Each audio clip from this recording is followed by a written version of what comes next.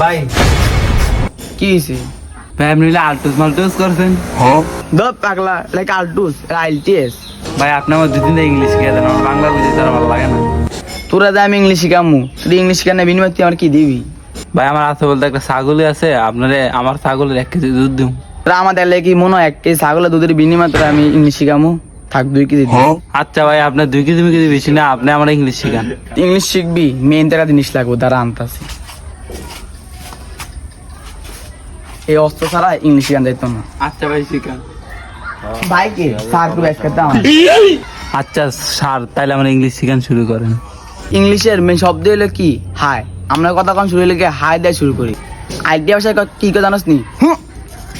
উচ্চারণ করে, এটা সুন্দর করে উচ্চারণ কর। এই শব্দটা ভিতরে টান দেবো, ভিতরে টান নাকি ভিতরে টাননি?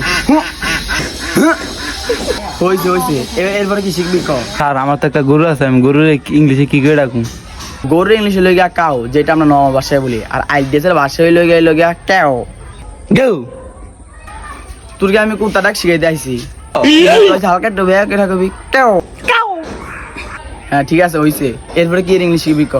স্যার আমরা যে আপেল কমলা মালতা আঙ্গুর ফল খাই, এর ইংলিশ কি? আমরা ফলের সাধারণ ভাষায় বলি কি ফ্রুট, আর আইডিয়াসের ভাষায় লই গিয়া ফ্রুট। ফলুদ। এভাবে না, জিলবাটা 1.5 ইঞ্চি বার করে কই দেবো আইন্দা বাড়ি খা কই দেবো ফ্রুট। ফলুদ। ঠিক আছে হয়েছে, আজকাল থেকে ইংলিশ শেষ, বাই। স্যার যাবেন গা তো? যাবেন না, ইংলিশটা শিখাই দিয়ে যান।